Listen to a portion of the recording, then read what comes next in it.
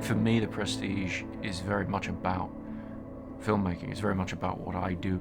It's also intended to suggest to the audience some of those ideas about how the film itself is spooling its narrative out to the audience. We want people really to be aware of the effect the film is having on them as it's unfolding before their eyes.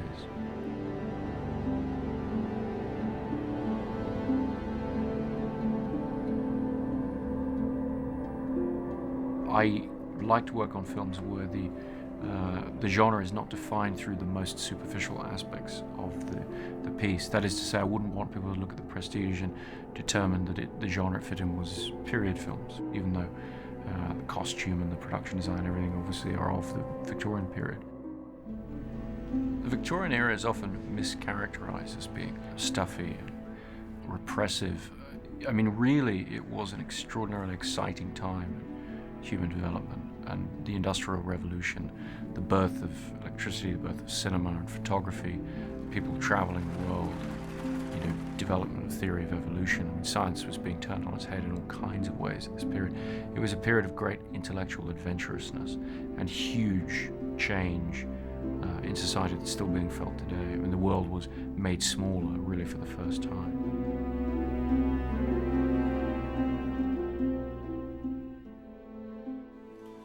There's an interesting relationship in the film between the scientists of the day, who were essentially the new magicians who were going to take over from the more traditional form, and the way in which magicians of the day co-opted the imagery of science and the methodology and terminology, rather, of science to sell old tricks in a new way to audiences of the day. In America at this time, spiritualism was a greater religion than Christianity. So there were more spiritualists than there were Christians. The obsession with contacting the afterlife, being in contact with seances, so on, informed magicians' acts and what made them seem incredible. There were people scamming on doing these seances everywhere, like people making fortunes out of this thing. A lot of magicians did this simply to stay alive. It was the kind of, it was like writing for magazines. What you did was you went to bereaved families and did a seance to put them in touch with their beloved ones who died. To me, there's always a certain element of comedy to it, I mean, deadpan, but I like the kind of the con man aspect of it.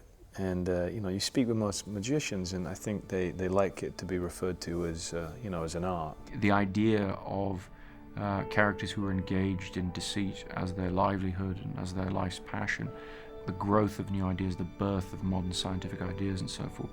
All of those ideas to me are modern ideas, just as interesting in today's world. And so I didn't really want the film to feel too much as if it were set in the past. I really wanted to try and emphasize the aspects of that world that are exciting to a modern audience.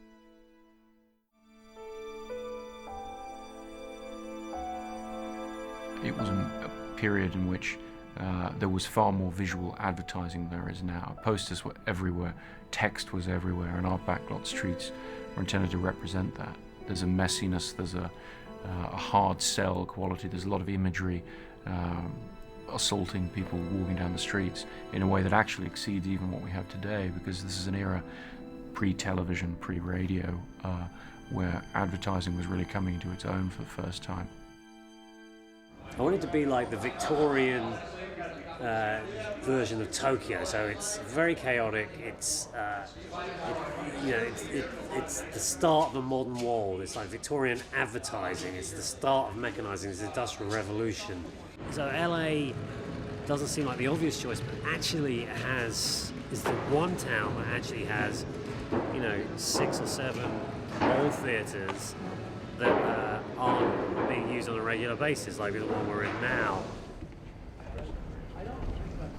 We are standing on the Universal backlot, which we've converted into London streets. So this is why we're here. We've got 2 main day scenes, and really we're going to shoot one of them completely in this direction. There's a lot of depth down this way, and you kind of follow someone down there and through the alley. So we've got moments, and they really are moments. His sets always look so wonderful and so real that I can put the camera 6 inches away from a set wall and I know it's going to hold up on the big screen. His sets always allow me to light them in a dark, moody fashion. The material that Chris writes and the way he wants a picture to look and the way I light all sort of works together.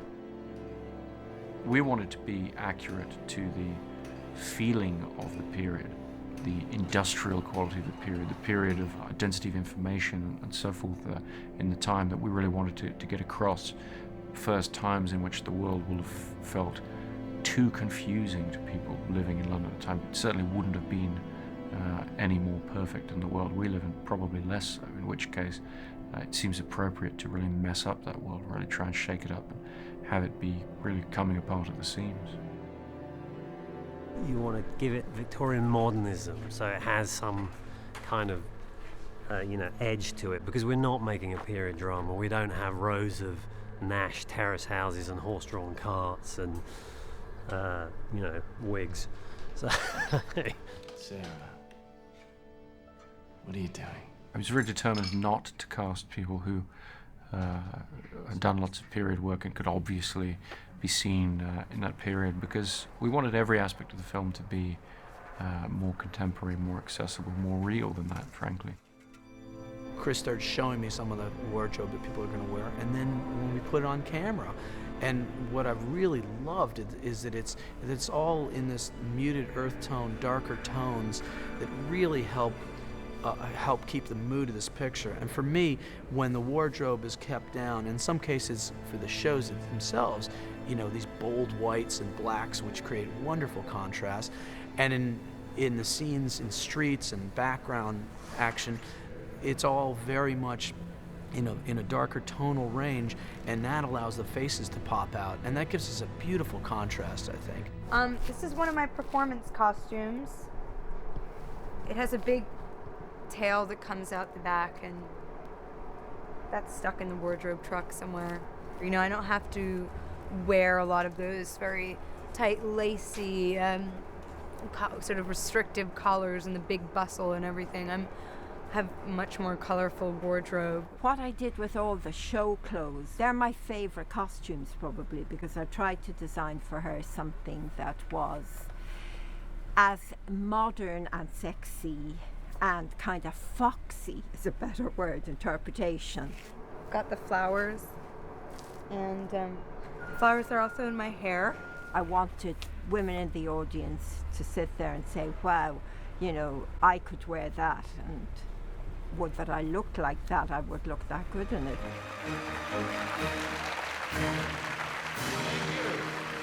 Well, Victorian clothes, if you're wealthy, clothes in the back, because you have staff to do up your clothes, and you can't do them by yourself, and it's sort of a sign of your wealth of whether you do up your own clothes or whether someone else does them. I mean, the really fun thing about Victorian times is that the Lord Chamberlain used to frequently visit the theatre, and that if the skirt was, too short, they could not go on that night.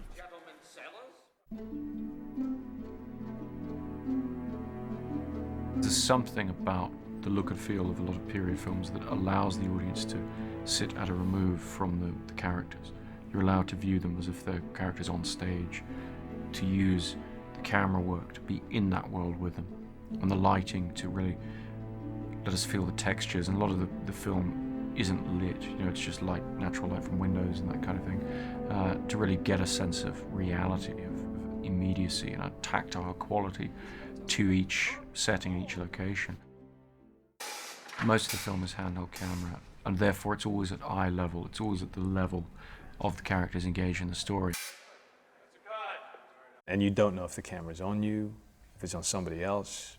It's a messy way of filming, and I think for me, my favorite way. I like that mess. When there's a little bit too much order, I really want to kick against that. So I enjoy it when you don't really know what they're doing. With the guy with just a camera on his shoulder, the scenes keep going. You better know your lines, because we did 5 pages of it the other day, very convoluted. and over again. He has a wonderful way of getting movement.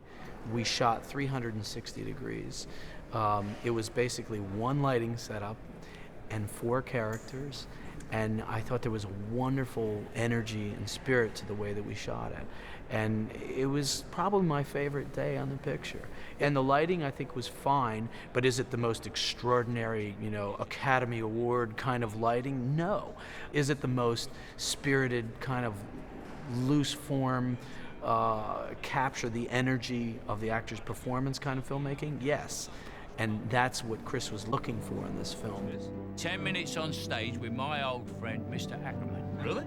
To me, it's interesting to be in the maze with the characters moving around and making the wrong turns with them and all the rest. This film does that, but it also then tries to show the audience the whole maze and see where the different characters are finding themselves. But the narrative itself is quite clearly above those characters. The narrative itself, because of the framing devices and so forth, is presenting multiple points of view and allowing the audience to shift between them. My brother actually put most of the diary material back in. I had stripped a lot of it out, and he put that back in, and I think it was a very good thing that he did too, because it was an aspect of again, Christopher Priest had developed this fascinating narrative structure in the book. You're watching a character read another character's thoughts from their diary, so you have access to 2 different characters' perspective at the same time. So theoretically, these are all subjective points of view. What they add up to, though, is an omniscient position for the audience. The audience is sort of seeing a lot of things that the characters themselves aren't necessarily seeing. They're getting the complete picture. And I thought that would be a very interesting tension between the more subjective sort of storytelling that I've done in the past and, in a way, a more traditional omniscient position, really, for the audience. But on this one, he reminds me of Alfred Hitchcock, the way he's doing things. Suspense he holds tremendously. I can see what he's doing with the shots. And then the sudden shock, tremendous.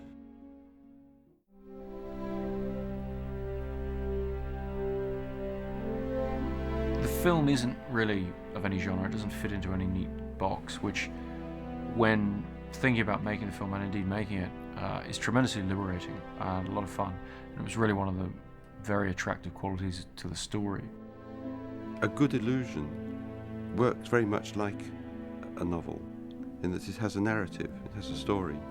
And for a long time I was trying to think if I could get something out of that, if there was a story that could be told in the same way, so that the various secrets of the story are unravelled in the way that a magician unravels the secrets of a trick. It taps into that same human quality of hope and faith. These things don't make sense. Faith doesn't make sense, but we all want to have faith in something.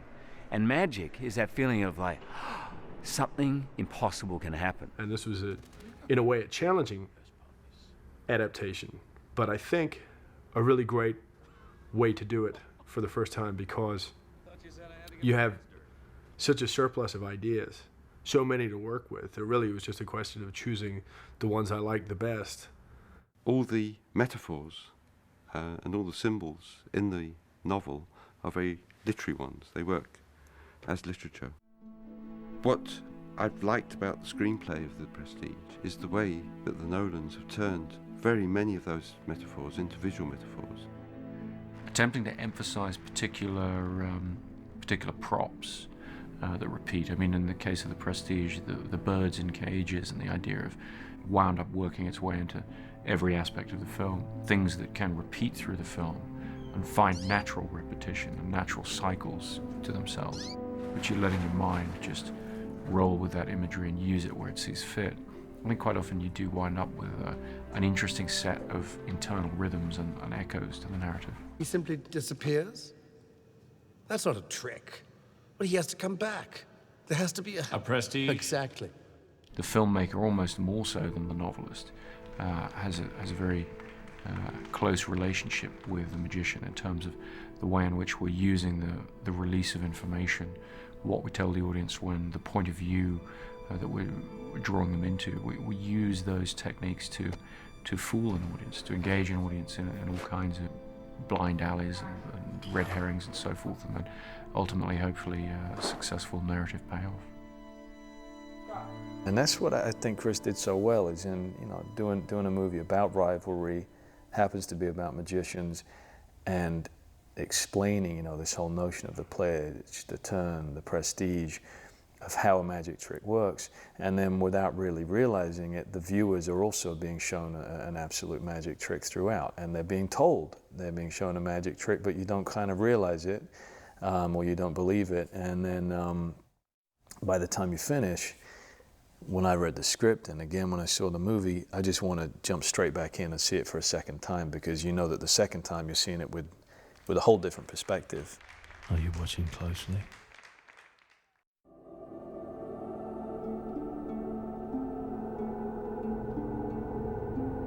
Well, Tesla is just a fantastic figure, just an extraordinary life, extraordinary man.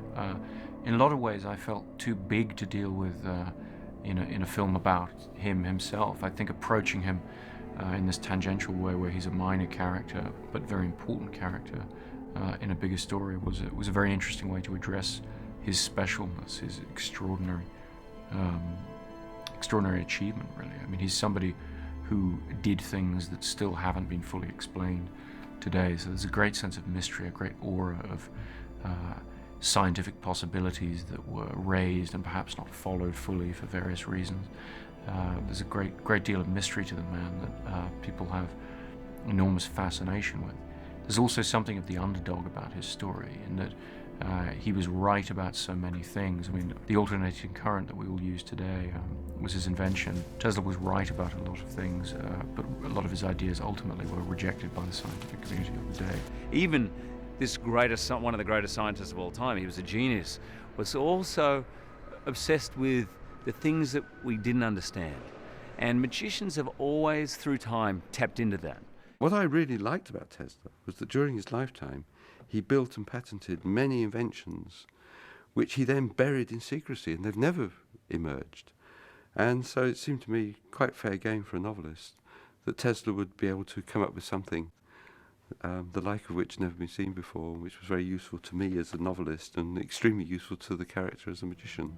I mean, for me, the relationship between Baldwin and Tesla is interesting because they're both people who can see beyond and conceive things beyond everyday reality and understand effortlessly the world that they've devoted their intellect to, but don't perhaps understand the best way to sell it, don't deal with the political or practical realities of, you know, how you channel that talent.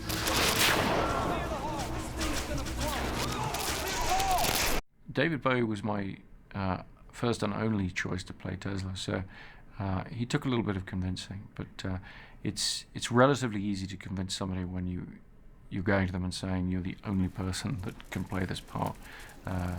So it took a little while to convince him, but he signed on in the end, and I got my Tesla. Hold out other hand.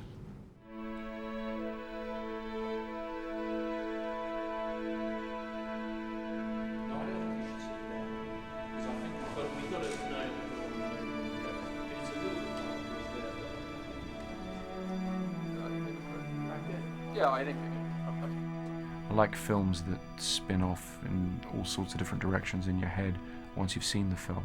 So I would hope people would walk away having been hopefully very entertained by the story, but that there would also be all kinds of resonances and, I don't know, interesting thoughts banging around their brains.